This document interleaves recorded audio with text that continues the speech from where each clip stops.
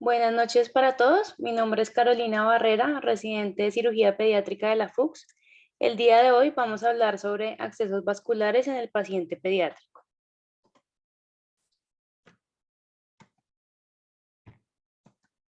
Como introducción, tenemos que la canalización vascular es un procedimiento importante en el manejo perioperatorio de los niños.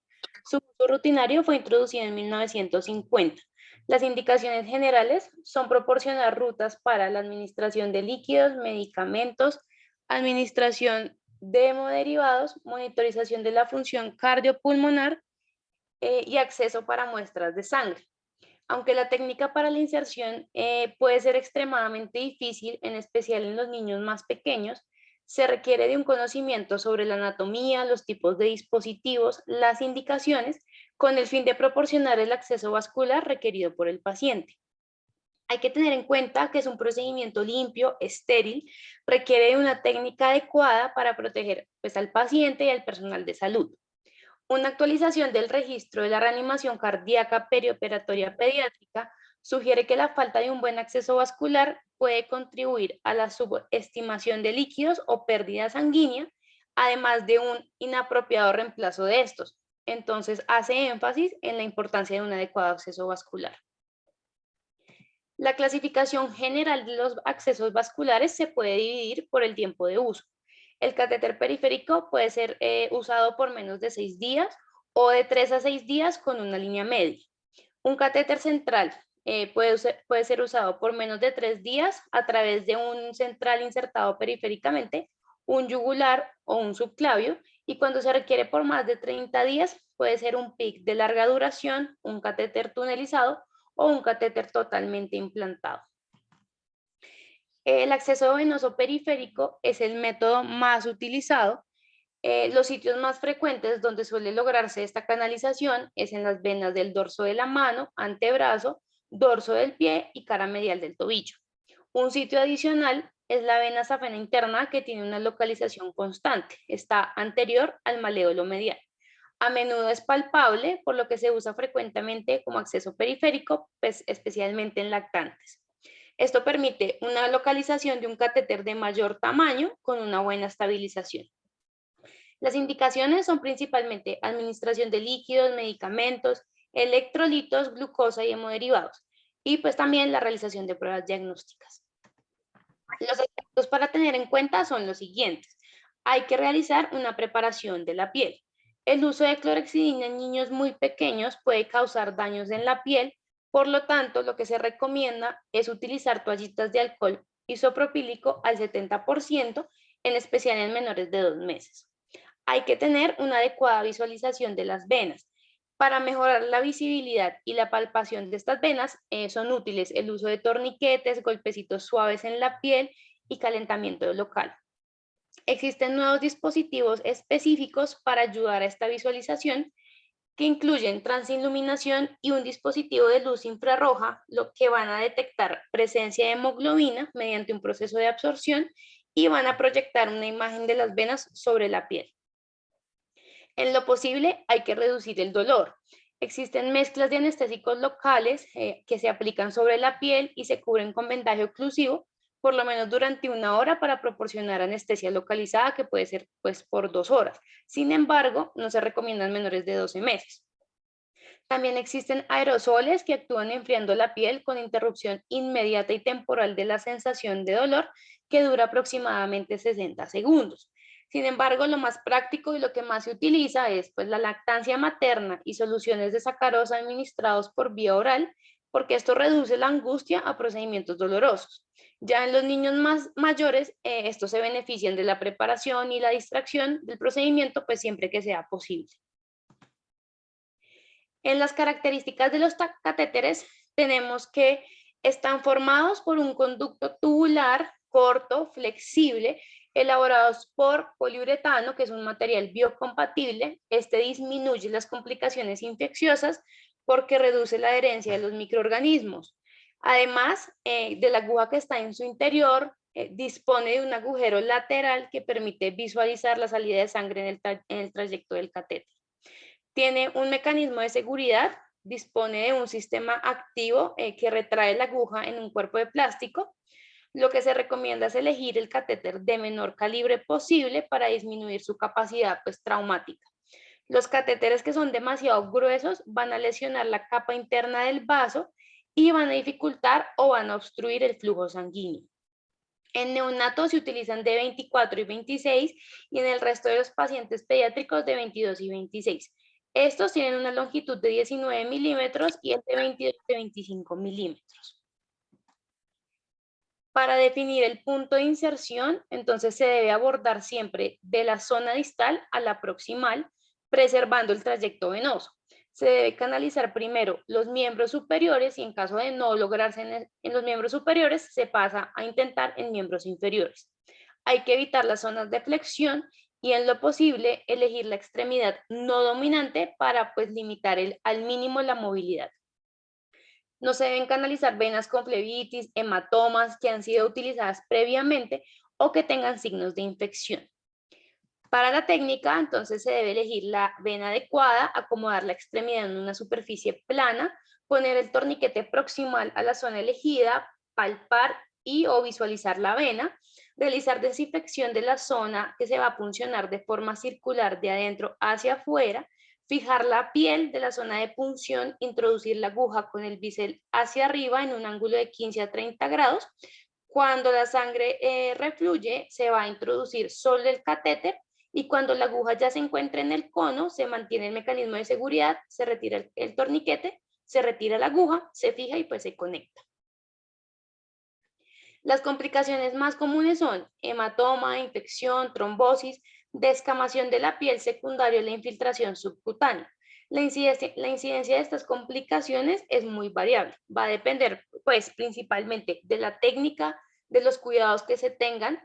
Sin embargo, el riesgo en los niños es muy baja. Además, se ha visto que no se puede reducir esta incidencia con el cambio rutinario del catéter. Por lo tanto, pues, no se recomienda cambiarlo rutinariamente.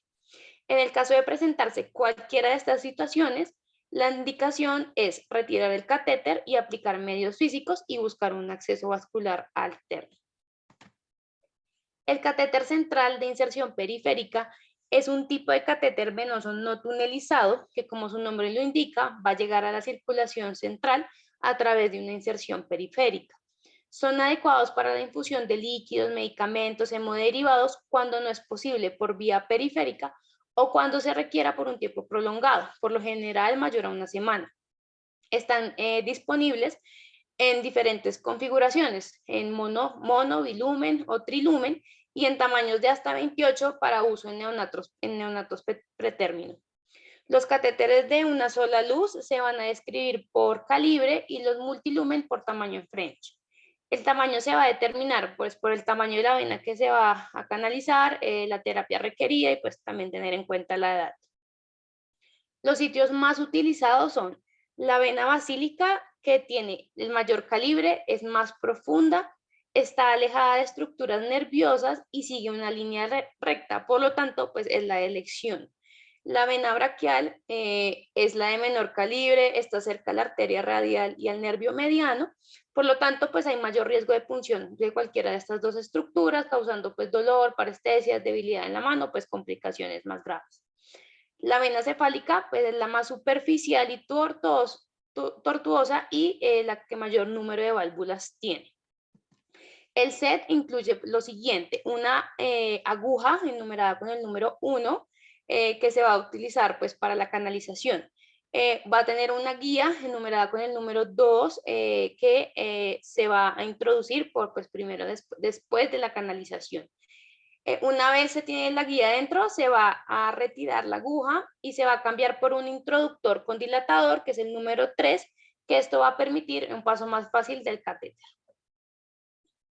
La técnica de inserción es la de Seldinger modificada porque es catéter sobre catéter y a diferencia de la Seldinger clásica, que es catéter sobre guía. Entonces, esta es la técnica empleada para la cateterización percutánea de vasos sanguíneos. Hay que medir el catéter. Esto se puede hacer midiendo desde el sitio de punción hasta la línea medio clavicular en el tercer espacio intercostal parasternal derecho o la talla en centímetros dividido 10 más 20. Este resultado nos va a dar un aproximado de la longitud del catéter. Se va a colocar el torniquete, se deja el brazo formando un ángulo de 90 grados con respecto al cuerpo, se desinfecta la zona de punción, se prepara el catéter y se va a palpar la vena que se va a puncionar. Una vez se visualice que refluye sangre, se va a retirar el torniquete, se va a introducir la guía dejando aproximadamente unos 15 centímetros por fuera, se va a extraer la aguja dejando la guía. Una vez tenemos esto, entonces se inserta el introductor con dilatador sobre la guía, se retira la guía y se introduce el catéter. Esto se debe cubrir con un apósito transparente para mantener pues, el punto de inserción visible. Verificar correctamente la colocación con controles radiográficos en todos los casos y la punta del catéter debe estar en el tercio inferior de la cava superior. Las ventajas de los catéteres centrales de inserción periférica en los niños es que pueden ser insertados y retirados sin anestesia general en los niños más grandes y tienen la tasa de complicaciones más baja de todos los dispositivos de acceso venoso central. Deben considerarse cuando la duración del tratamiento sea entre 10 días y 2 meses. Hay un dispositivo alternativo que es un catéter de línea media. Es más corto que un PIC, pero es más largo que un catéter periférico. El tiempo de uso de estos dispositivos es de 6 a 10 días y pues algunos duran hasta varias semanas. El otro tipo de acceso vascular es el catéter venoso central. Las indicaciones son administración de líquidos, sangre en pacientes que se prevé que van a tener cambios importantes en el volumen intravascular, como por ejemplo politrauma, obstrucción intestinal, quemaduras.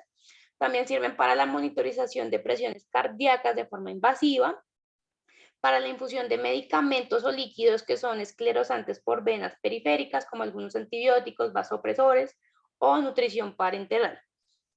Los sitios más comunes para la canalización venosa central son las venas yugulares internas y externas, la subclavia, las femorales en lactantes y niños y la vena umbilical en neonatos.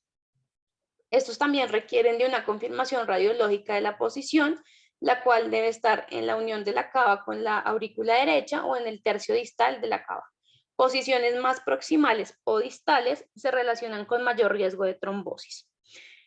Tienen contraindicaciones absolutas en las que se destaca pues, infección del sitio de inserción, trombosis de la vena o coagulopatía, y contraindicaciones relativas que van a estar de acuerdo a la vena que se va a canalizar. Por ejemplo, en venas subclavias, si existen bulas pulmonares, o en la vena femoral, si hay una hernia inguinal, y en las yugulares si hay alteraciones carotídeas. Estos catéteres van a estar conformados por un catéter que puede ser mono, bi o trilumen, la aguja introductora que va a conectar para la punción y la aspiración, una guía que va a estar enrollada en el carrete, el dilatador y el obturador que se utiliza para cerrar el flujo, y también el dispositivo de fijación que va a ser ajustable. En pacientes menores de 2 kilos se van a utilizar catéteres de número 24, por lo general de 2 a 6 kilos, catéteres de 22, los de 6 a 20 kilos, y los de 20 kilos 18. El abordaje percutáneo se realiza por la técnica de Seldinger. Esta es la técnica clásica porque es catéter sobre guía. Las ventajas de esta técnica son que pues, va a evitar la necesidad de una incisión porque solo se realiza una venopunción con aguja de pared delgada y calibre ancho, y la guía es la que va a dirigir el catéter dentro del vaso sanguíneo. La inserción de un catéter grande a través de un pequeño sitio de venopunción va a minimizar las posibilidades de un hematoma significativo. Puede llevarse a cabo cuando se requiere acceso de emergencia. Es una técnica estéril. La contaminación durante la inserción puede resultar en colonización e infección. La evidencia sugiere que el uso máximo de medidas de protección y de barrera van a reducir el riesgo de infección del catéter. En niños grandes pues, se puede usar la clorexidina pues, para limpiar la zona de punción. La técnica consiste en puncionar la vena con la aguja. Una vez haya retorno de sangre visualizado por la aguja, se va a insertar la guía. Cuando esté la guía adentro, se retira la aguja dejando la guía y a través de la guía se va a insertar el catéter. Finalmente se retira la guía dejando el catéter y se debe fijar con sutura y cubrir con apósito. Entre las venas más frecuentemente utilizadas para la colocación de catéter venoso central es la vena yugular interna. Esta se encuentra a una profundidad aproximadamente de 1 centímetro, menor de 1 centímetro, dentro de lo que se conoce como el triángulo de Sedgwick. Este está conformado por la cabeza esternal y clavicular del músculo esternocleidomastoideo, y en esta localización la vena yugular interna va a transcurrir paralela a la tráquea. El abordaje central se va a realizar con una punción desde el vértice de este triángulo hacia el pezón ipsilateral. No se puede ir ni muy profundo ni muy medial porque hay riesgo de perforación de la arteria subclavia o el pulmón. A medida que la vena yugular interna se acerca a la clavícula, va a entrar al mediastino y pues va a tener una curvatura medial, y pues hay que tenerlo en cuenta para no perder el vaso ni dirigir la aguja hacia el pulmón. El éxito de esta canalización de la vena yugular interna es del 75% en el primer intento, incluso en neonatos, y del 90 al 95% en el segundo intento. La canalización del lado derecho va a asegurar una localización central porque la vena yugular interna, la cava superior y la aurícula derecha van a estar en línea recta. La canalización del lado izquierdo tiene el riesgo de lesión del conducto torácico y posible neumotórax porque el ápice del pulmón es más cefálico a este lado. Además, si se usa un catéter corto, no va a quedar en la posición correcta. La principal ventaja de este abordaje alto es que la complicación más común, que es la punción arterial, que pasa en un 10% de los casos, va a ser fácilmente reconocida y tratada. Para la colocación del catéter venoso central hay que posicionar al niño con una almohada debajo de la espalda para permitir una ligera extensión de la cabeza. Se va a localizar el ápice del triángulo formado por los dos vientres del esternocleidomastoideo, se va a palpar la arteria carótida y se va a introducir la aguja lateral a esta arteria en un ángulo de aproximadamente 30 grados de la superficie de la piel. Se va a realizar aspiración continua mientras se avanza la aguja, que no puede ser más de 2 a 2.5 centímetros dependiendo del paciente. Si no retorna sangre, hay que retirar lentamente mientras se aspira. Y una vez se haya logrado la venopunción, con la técnica de Seldinger se va a insertar pues, la guía flexible, la cual debe avanzar sin dificultad. Si no avanza, puede estar contra la pared de un vaso y pues en este caso hay que retirar muy despacio la aguja y la guía al tiempo. Se va a terminar pues el procedimiento, se va a probar la permeabilidad del catéter y se va a fijar, cubrir y pues confirmar su posición radiológica. Existen algunas contraindicaciones, la mayoría son relativas, en la que está la diátesis sanguínea, el neumotórax contralateral, aumento de la presión intracraneana por la posición. Sin embargo, pues esto se puede reducir si se usara la ecografía como una ventaja en este caso. Y si existen vasos aberrantes, como por ejemplo el arco aórtico cervical. En el caso de la vena subclavia, entonces tenemos que esta se encuentra normalmente en el tercio medial de la cara dorsal de la clavícula. Va a estar anterior a la arteria subclavia. Para puncionarla desde este sitio hay que localizar un espacio corto y estrecho entre la clavícula y pues, la primera costilla.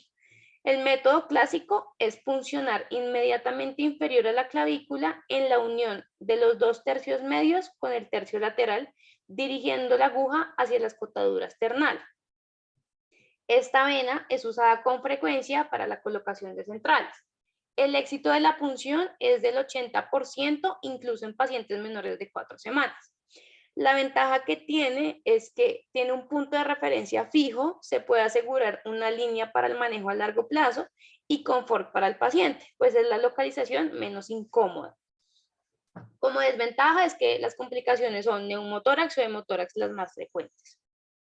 Se prefiere el lado derecho, sin embargo, si se realiza en el lado izquierdo, hay que tener precaución porque la punta del catéter se puede apoyar en la pared de la vena cava superior, causando erosión y pues por consiguiente un hemotórax o neumotórax. Se asocia menor incidencia de cultivos positivos de la punta del catéter cuando se compara con la vena yugular, en un 3.4% versus 22% en la yugular, menor punción arterial, 2% de la subclavia versus 8% de la yugular interna, pero tiene mayor incidencia de mala posición, 17% versus un 1% en la yugular. Para la técnica, entonces hay que posicionar al niño con una almohada debajo de los hombros, con la cabeza girada al lado contralateral. Se va a insertar la aguja inmediatamente inferior de la clavícula en la unión del tercio externo con el tercio medio. Se debe palpar la punta de la aguja mientras ésta se dirige a la horquilla suprasternal realizando aspiración continua. Cuando se obtiene flujo de sangre, se va a continuar con la técnica de Seldinger, insertando la guía, retirando la aguja, insertando el dilatador y posteriormente el catéter sobre la guía. Hay que fijarlo y cubrirlo con apósito transparente, siempre para poder visualizar el sitio de punción y comprobar radiográficamente la localización de la punta del catéter. Para la vena femoral hay que localizar el ligamento inguinal, el cual se encuentra en una línea entre la espina ilíaca anterosuperior y el tubérculo del pubis. Los vasos femorales se van a encontrar caudal a este ligamento aproximadamente a 1 o 2 dedos y está medial a la arteria femoral.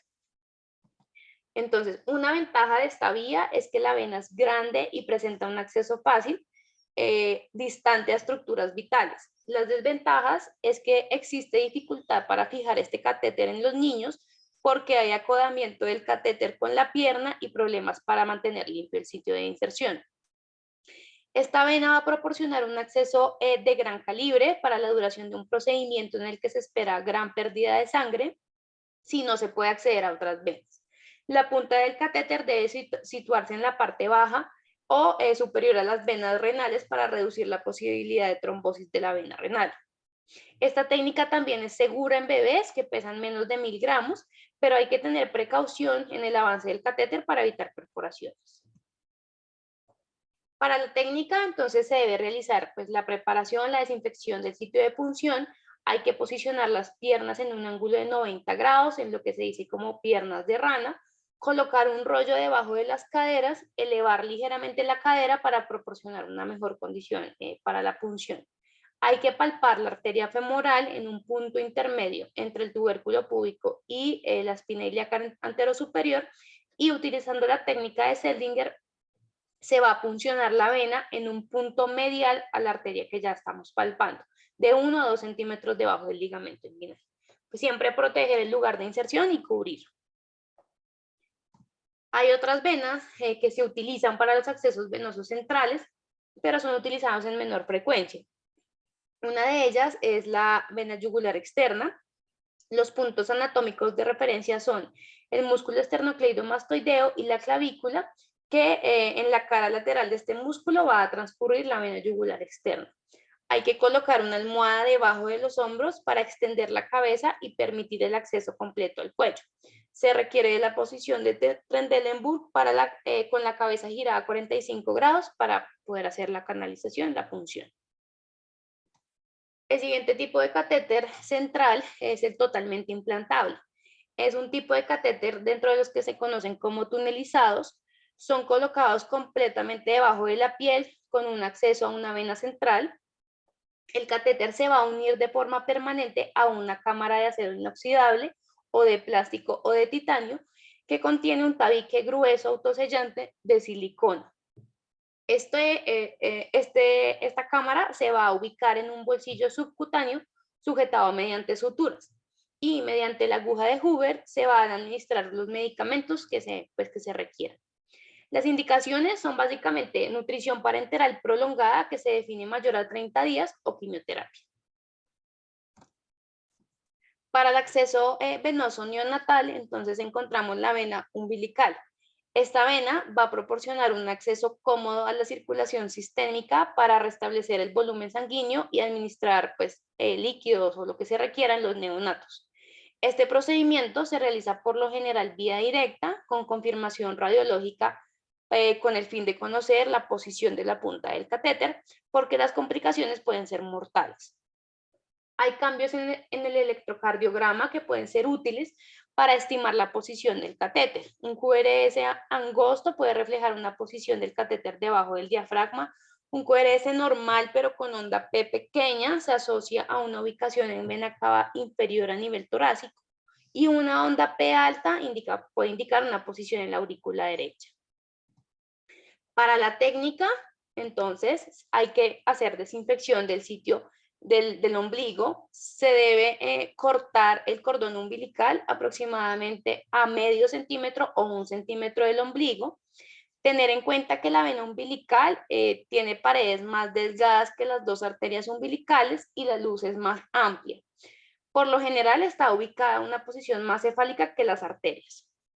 Ya cuando se reconoce la vena, se va a introducir el catéter suavemente, se puede dirigir con las pinzas y traccionando el muñón umbilical para ayudar a avanzar el catéter. Hay que medir la longitud que se va a insertar. Esto se puede hacer utilizando la fórmula de talla en centímetros dividido 6 más 1 o 2 centímetros.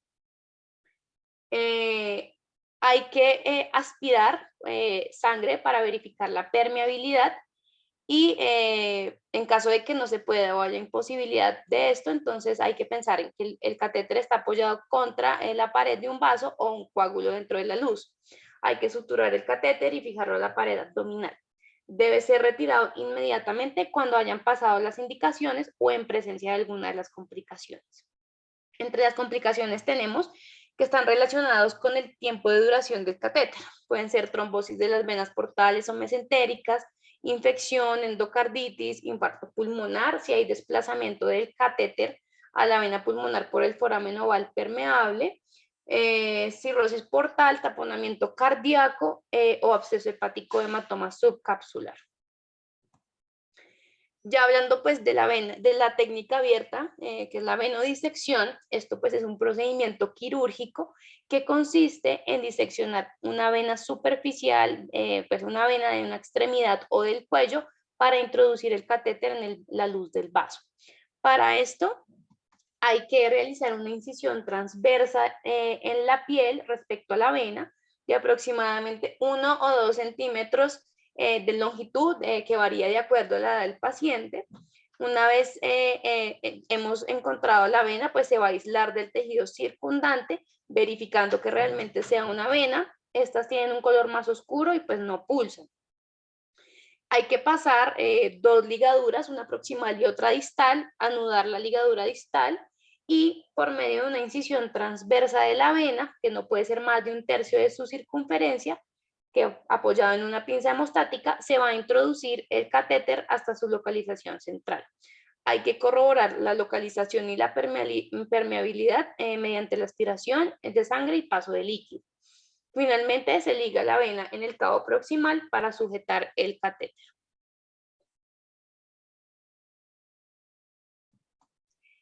En el caso de los accesos arteriales, entonces estos se utilizan principalmente para la toma de muestras sanguíneas y la monitorización invasiva. Las complicaciones más frecuentes, aunque tienen una baja incidencia, son el sangrado masivo, la isquemia, el espasmo vascular y la infección. El acceso arterial neonatal es pues, a través de la arteria umbilical, es un sitio conveniente para monitorizar la tensión arterial, gasometría y pH, va a proporcionar un acceso de emergencia a la circulación del bebé. Para la técnica, entonces, igual que como la técnica de la vena umbilical, se va a hacer desinfección, se va a cortar el cordón umbilical a 1 centímetro por encima del ombligo, tener en cuenta que las arterias tienen paredes más gruesas y son más pequeñas que la vena. Se va a insertar de la misma manera que la vena umbilical y el catéter pues debe pasar la arteria umbilical, luego la ilio-hipogástrica y llegar a la aorta descendente. La colocación correcta de la punta del catéter es crucial. Si el catéter se avanza demasiado por la aorta, puede atravesar el ductus arterioso y llegar a la arteria pulmonar y pues, tener complicaciones. La punta del catéter debe quedar en la aorta descendente entre T7 y T9. Hay que confirmar la posición por radiología antes de iniciar el uso de este catéter.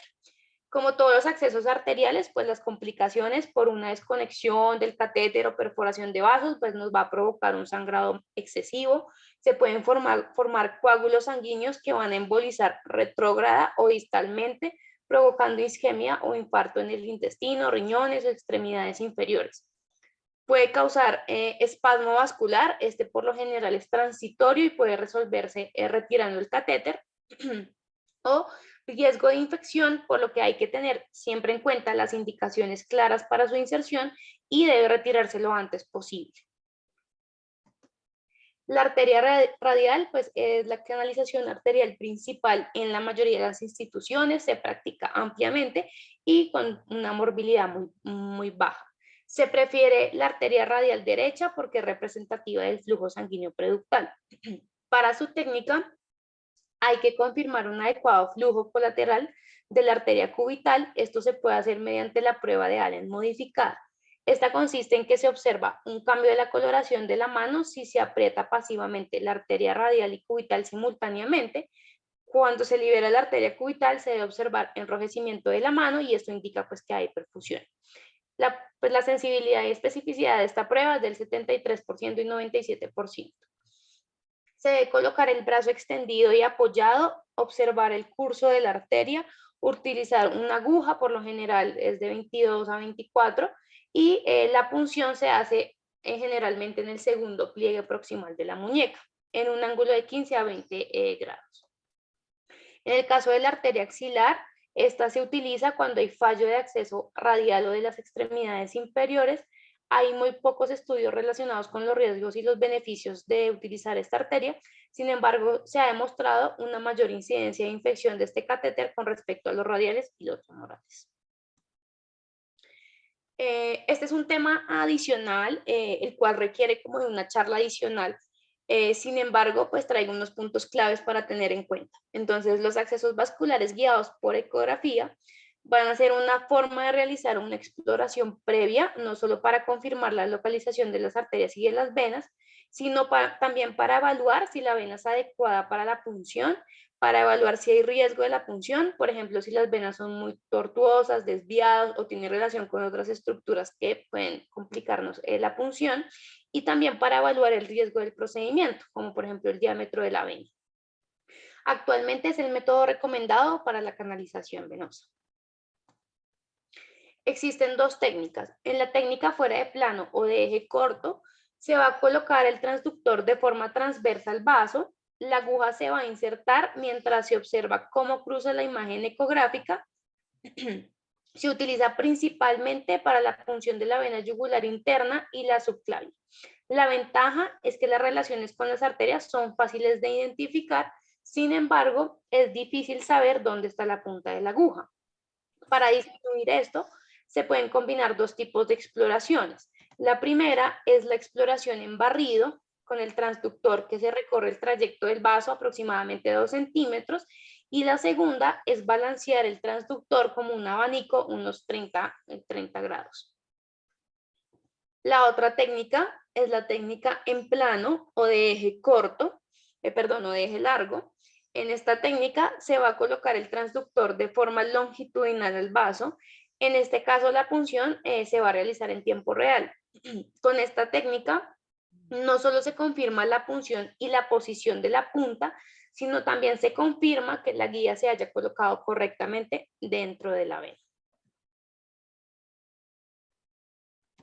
Bueno, entonces, ¿qué dice la evidencia? Este primer artículo es sobre el traumatismo vascular iatrogénico y las complicaciones del acceso vascular en los niños. Es un artículo de revisión del Seminars in Pediatric Surgery del 2021 sobre el trauma vascular asociado a factores de riesgo, sus complicaciones y las medidas preventivas.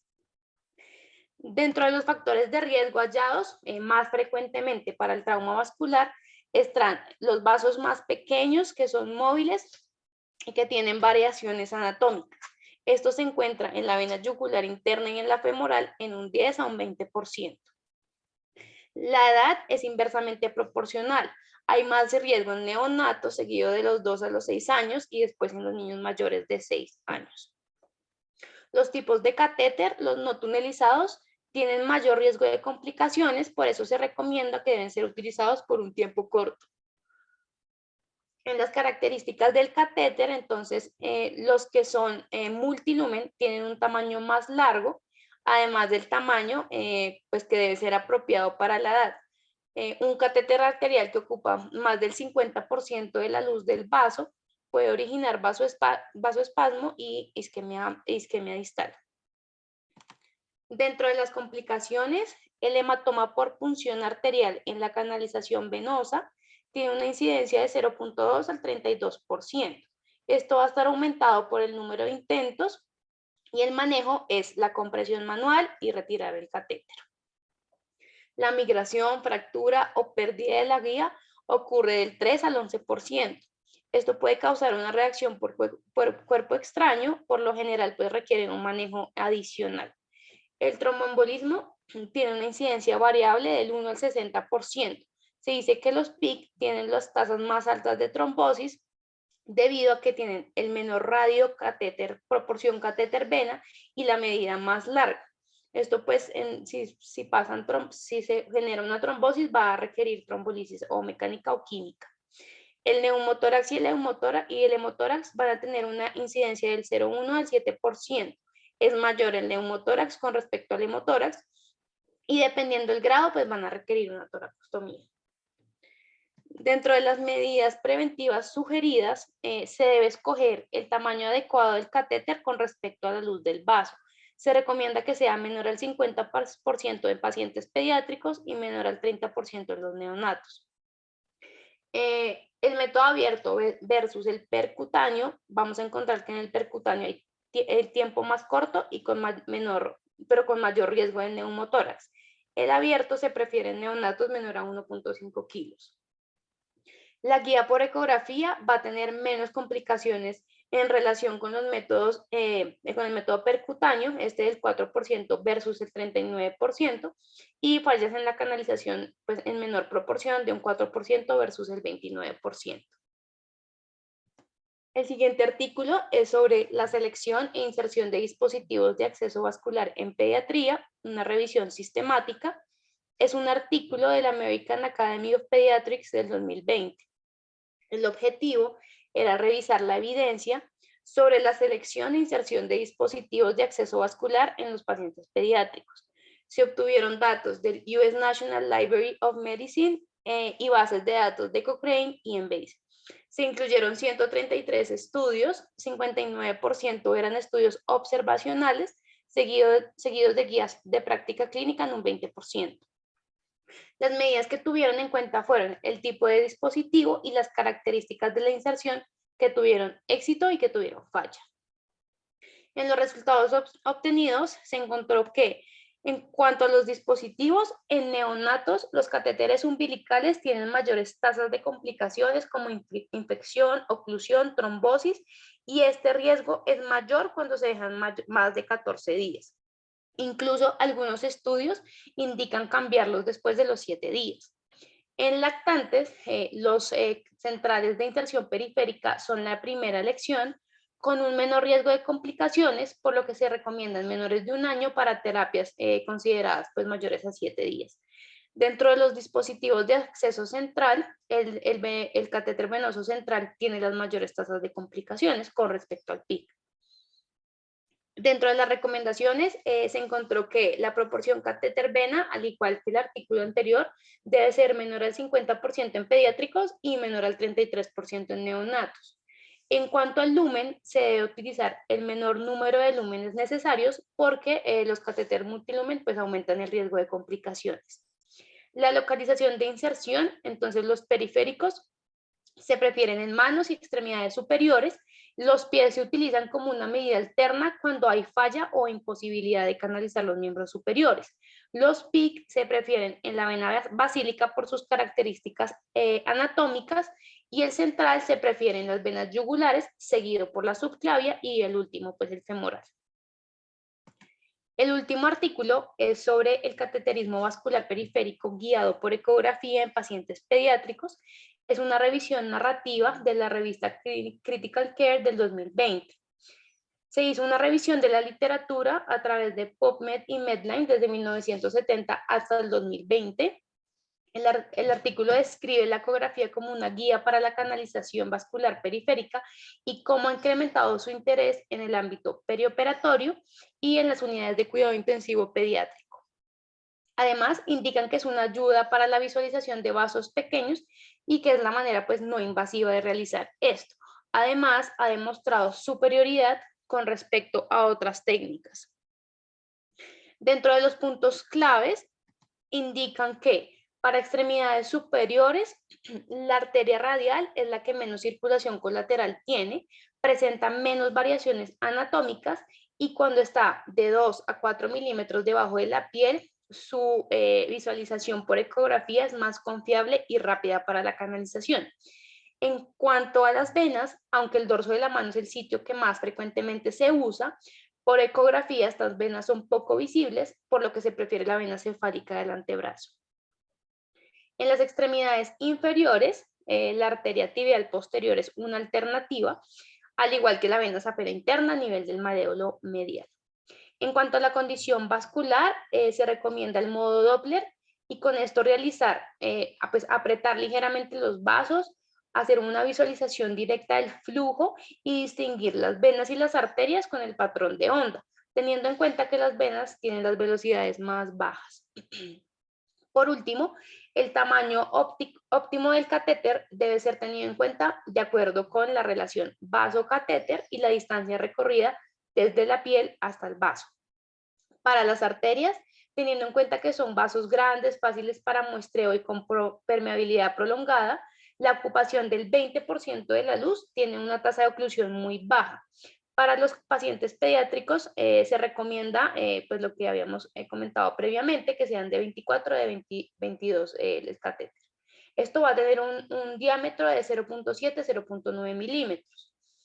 Y en cuanto a las venas, uno de los puntos importantes es prevenir la infiltración y se recomienda un diámetro menor al 30% de la luz. Dentro de las conclusiones, entonces tenemos que los accesos vasculares en la población pediátrica pueden ser un desafío, especialmente en neonatos y los pacientes más pequeños. Se requiere de un conocimiento claro y específico de la anatomía, de las indicaciones, las diferentes técnicas y los dispositivos disponibles para elegir de forma adecuada el tipo de acceso que se requiere para el paciente. Se debe optar por la técnica más segura para disminuir el riesgo de complicaciones y actualmente el uso de la ecografía es el estándar de calidad como buena práctica clínica comparado con las otras técnicas. Muchas gracias. Muchas gracias, Carolina, por la charla. En realidad, una charla muy completa, muy actualizada. No sé si alguna persona tiene alguna pregunta para el panel invitado del día de hoy. Por favor, levanten la mano y abriremos un micrófono.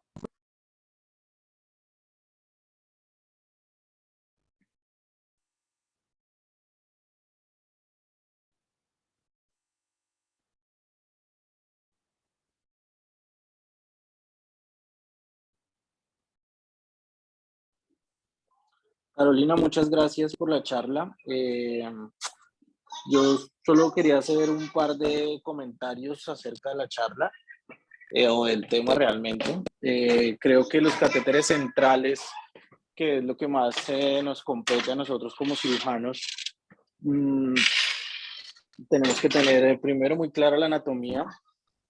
Ahora con el advenimiento de la ecografía para la colocación de los catéteres, se hace un poco más fácil la colocación del catéter. Sin embargo, no en todos los sitios hay disponibilidad de usar un ecógrafo para poder poner los catéteres.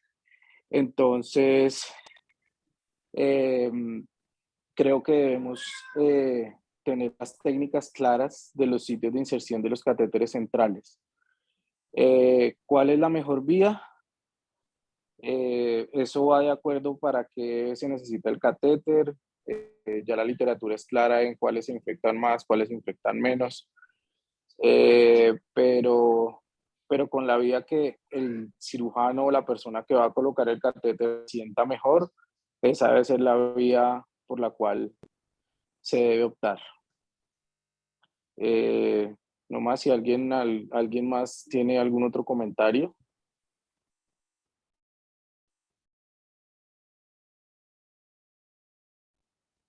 No sé si el doctor Andrés Felipe Pineda, anestesiólogo que está por ahí, quiere hacer algún comentario, algún tip.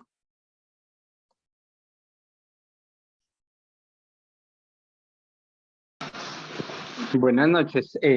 Bueno, la exposición estuvo muy completa. y creo que debemos hacer énfasis en el uso del ecógrafo para los accesos vasculares. Eso ya está completamente probado, que es por seguridad del paciente, menos riesgos de complicaciones. Entonces creo que es una habilidad que debemos tener tanto cirujanos como anestesiólogos, porque es en bien del paciente, en disminuir las complicaciones, y muy buena la exposición.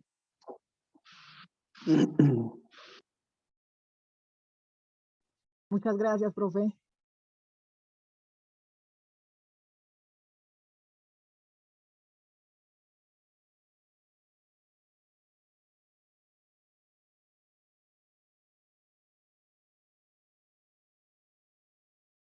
Lina, hay alguien levantando la mano, pero no sé cómo darle la palabra.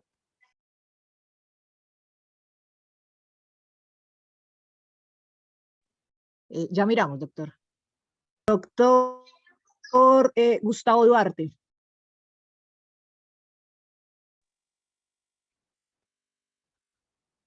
Hola, buenas noches. Buenas noches, doctor. Bueno, primero quiero felicitar a la residente por su charla. La verdad que muy linda, muy buena, interesante. Y en segundo lugar, estoy de acuerdo con la opinión de los colegas, con lo que opinaron anteriormente. Creo que los accesos vasculares en pediatría realmente son prácticamente un desafío para nosotros los cirujanos, y también estoy de acuerdo en que el hecho de, o la acción de ir incorporando la ecografía ya hoy en día prácticamente no tiene duda, eh, nos genera mayor seguridad en el procedimiento, y la verdad que nos da más seguridad.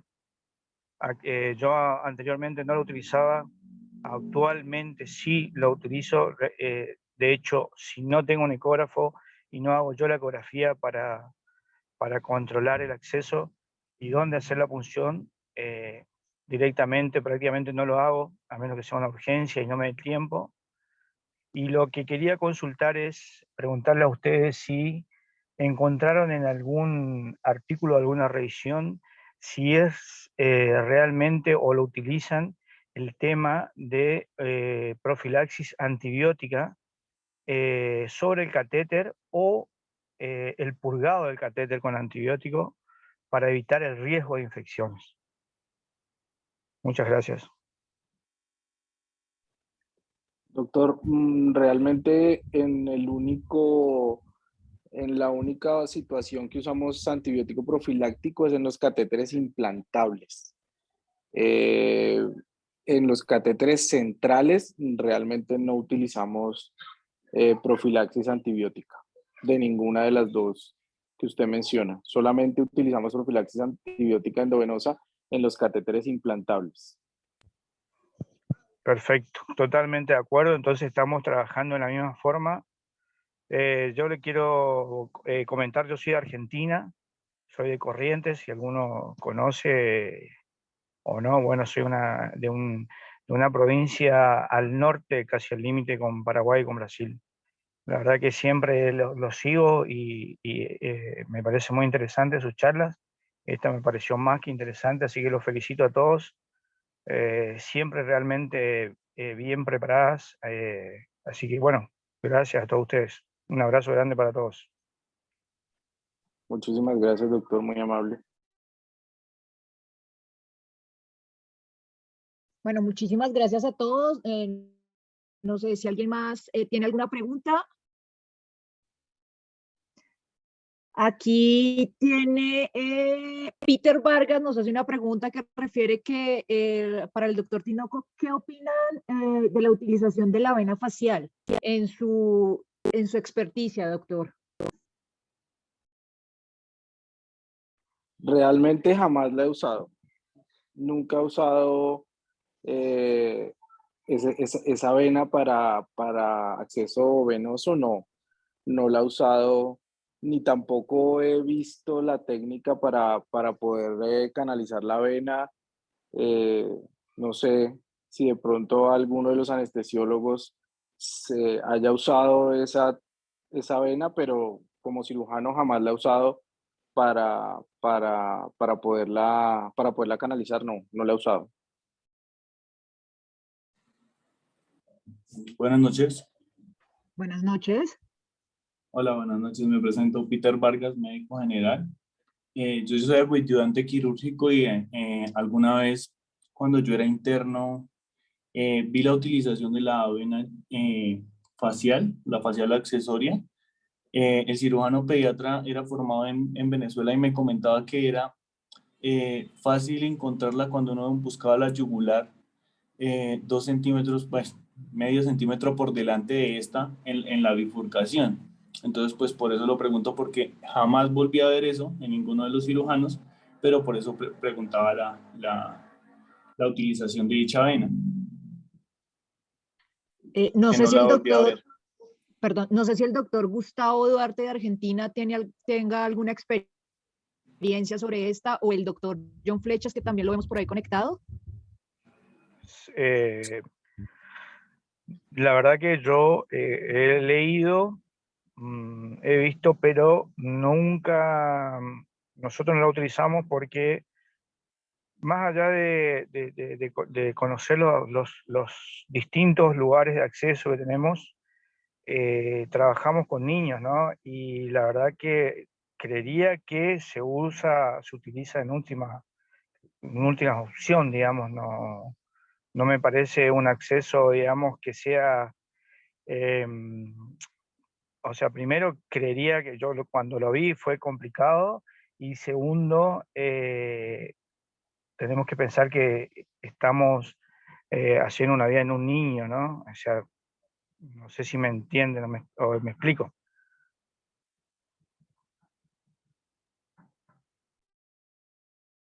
Sí, señor.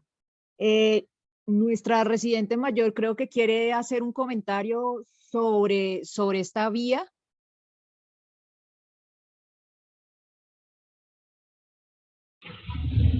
Buenas noches, yo no sé si me escuchan bien, pero a pesar de que sí, no es una vía frecuentemente utilizada, cuando hacemos venodisección, que ya cada vez es menos frecuente en nuestro medio por las diferentes técnicas, el perfeccionamiento de la técnica ya por reparos y la aparición de la ecografía para el acceso venoso en los niños. Sin embargo, eso sigue siendo como un método de salvamento en algunos pacientes, especialmente los neonatos, y la vena facial sí es fácilmente asequible para la venodisección en este grupo poblacional. Entonces, a pesar de que es poco frecuente, pues sí hemos tenido un par de casos en los que lo hacemos, pero es por venodisección directamente. Muchas gracias, María Lucía, por tu comentario.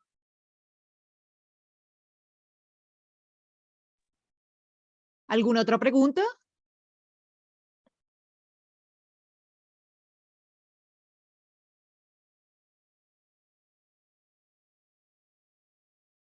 Bueno, no siendo más, creo que le damos las gracias a Carolina. Nuevamente una excelente exposición. Nos vemos nuevamente en 15 días para otra de las charlas de la Cátedra Lorencita Villegas de Santos. Hasta luego. Muchas gracias a todos. Gracias, Carolina. Que pasen buena noche. Muchas gracias.